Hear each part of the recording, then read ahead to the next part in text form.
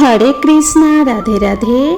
नमस्कार दोस्तों, आज आप सुनेंगे वैशाख मास में विविध वस्तुओं के दान का महत्व तथा वैशाख स्नान के नियम।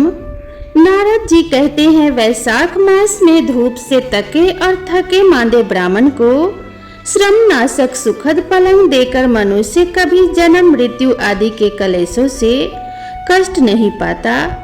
जो वैशाख मास में पहनने के लिए कपड़े और बिछावन देता है, वह उसी जन्म में सब भोगों से संपन्न हो जाता है और समस्त पापों से रहित हो ब्रह्म निर्वाण यानी कि मोक्ष को प्राप्त होता है। जो तिनके की बनी हुई या अन्य खजूर आदि के पत्तों की बनी हुई चटाई दान करता है, उसकी उस चटाई पर साक्षात भगवान विष्णु शयन करते हैं। चटाई देने वाला बैठने और बिछाने आदि में सब ओर से सुखी रहता है। जो सोने के लिए चटाई और कंबल देता है, वह उतने ही मात्र से मुक्त हो जाता है। निद्रा से दुख का नाश होता है, निद्रा से थकावट दूर होती है और वह निद्रा चटाई पर सोने वाले को सुखपूर्वक आ जाती है। जो धूप से कष्ट पाए हुए श्रेष्ठ ब्राह्मण को सूक्ष्मतर वस्त्र दान करता है, वह पूर्ण आयु और परलोक में उत्तम गति को पाता है। जो पुरुष ब्राह्मण को फूल और रोली देता है, वह लौकिक भोगों का भोग करके मोक्ष को प्राप्त होता है। जो खस कुश और जल से वासित चंदन देता है, वह सब भोगों में देवताओं की सहायता पाता है तथा उसके पाप और दुख की हानि होकर परम आनंद की प्राप्ति होती है। वैशाख के धर्म को जानने वाला जो पुरुष गोरोचन और कस्तूरी का दान करता है, वह तीनों तापों से मुक्त होकर परम शांति को प्राप्त करता है। जो विश्रामशाला बनवाकर प्याऊ सहित ब्राह्मण को दान करता है, वह लोगों का अधिपति हो जाता है। जो सड़क के किनारे बगीचा, पोखरा, कुआं और मंडप बनवाता है, वह धर्मात्मा है। उसे पुत्रों की क्या आवश्यकता है। उत्तम शास्त्र का श्रवण, तीर्थ यात्रा, सत्संग, जल दान, अन्नदान, पीपल का वृक्ष लगाना तथा पुत्र, इन सातों को विज्ञ पुरुष संतान मानते हैं। जो वैशाख मास में ताप नाशक तक्र दान करता है, वह इस पृथ्वी पर विद्वान और धनवान होता है। धूप के समय मट्ठे के समान कोई दान नहीं, इसीलिए रास्ते के थके मांदे ब्राह्मण को मट्ठा देना चाहिए।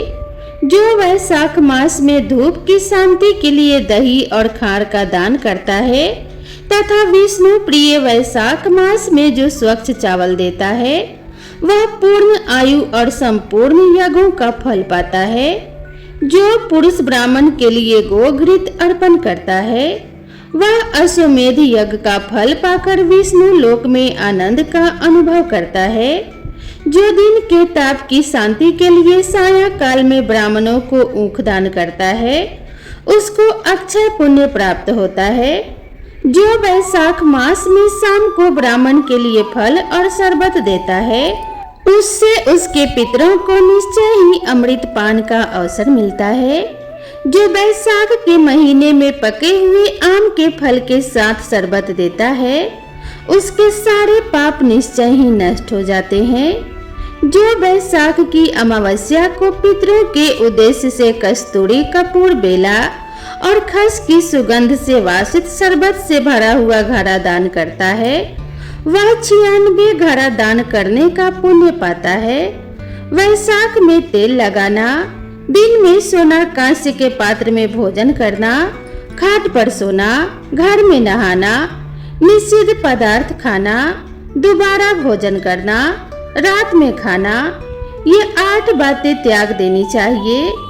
जो वैशाख में व्रत का पालन करने वाला पुरुष पदम पत्ते में भोजन करता है, वह सब पापों से मुक्त हो विष्णु लोक में जाता है।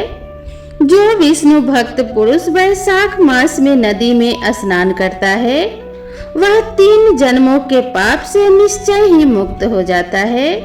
जो प्रातः काल सूर्योदय के समय किसी समुद्र गामिनी नदी में वैशाख स्नान करता है, वह 7 जन्मों के पाप से तत्काल ही छूट जाता है।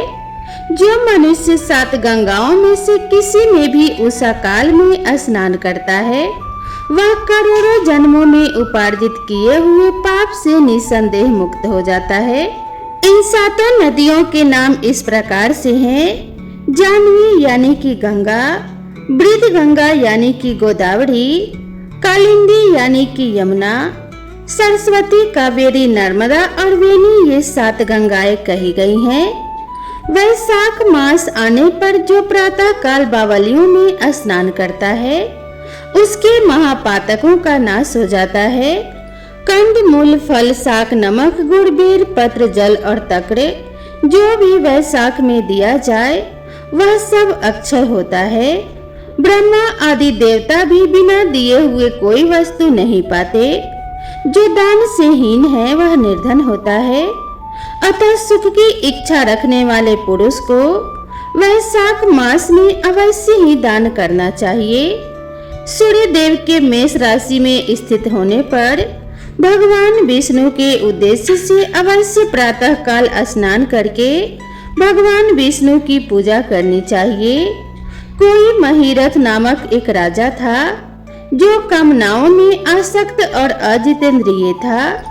वह केवल वैशाख स्नान के सुयोग से स्वतः वैकुंठ धाम को चला गया। वैशाख मास के देवता भगवान मधुसूदन हैं, अतः वह सफल मास है। वैशाख मास में भगवान की प्रार्थना अवश्य करनी चाहिए। भगवान की प्रार्थना करते हुए बोलना चाहिए कि हे मधुसूदन, हे देवेश्वर माधव, मैं मेष राशि में सूर्य के स्थित होने पर वैशाख मास में प्रातः स्नान करूंगा या फिर करूंगी। आप इसे निर्विघ्न पूर्ण कीजिए।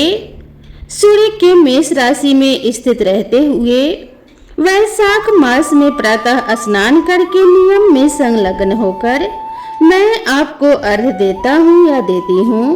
मधुसूदन, इसे ग्रहण कीजिए। इस प्रकार अर्घ्य समर्पण करके स्नान करें। फिर वस्त्रों को पहनकर संध्या तर्पण आदि सब कर्मों को पूरा करके वैशाख मास में विकसित होने वाले पुष्पों से भगवान विष्णु की पूजा करें। उसके बाद वैशाख मास के महात्म्य को सूचित करने वाली भगवान विष्णु की कथा सुने। ऐसा करने से कोटि कोटि जन्मों के पापों से मुक्त होकर मनुष्य मोक्ष को प्राप्त होता है। यह शरीर अपने अधीन है, जल भी अपने अधीन ही है, साथ ही अपनी जीवा भी अपने वश में है। अतः स्वाधीन शरीर से स्वाधीन जल में स्नान करके स्वाधीन जीवा से हरि इन 2 अक्षरों का उच्चारण करें। जो वैशाख मास में तुलसी दल से भगवान विष्णु की पूजा करता है, वह विष्णु की सायुज्य मुक्ति को पाता है। अतः अनेक प्रकार से भक्ति मार्ग से तथा भांति भांति के व्रतों द्वारा भगवान विष्णु की सेवा तथा उनके सगुण या निर्गुण स्वरूप का अनन्य चित्त से ध्यान करना चाहिए।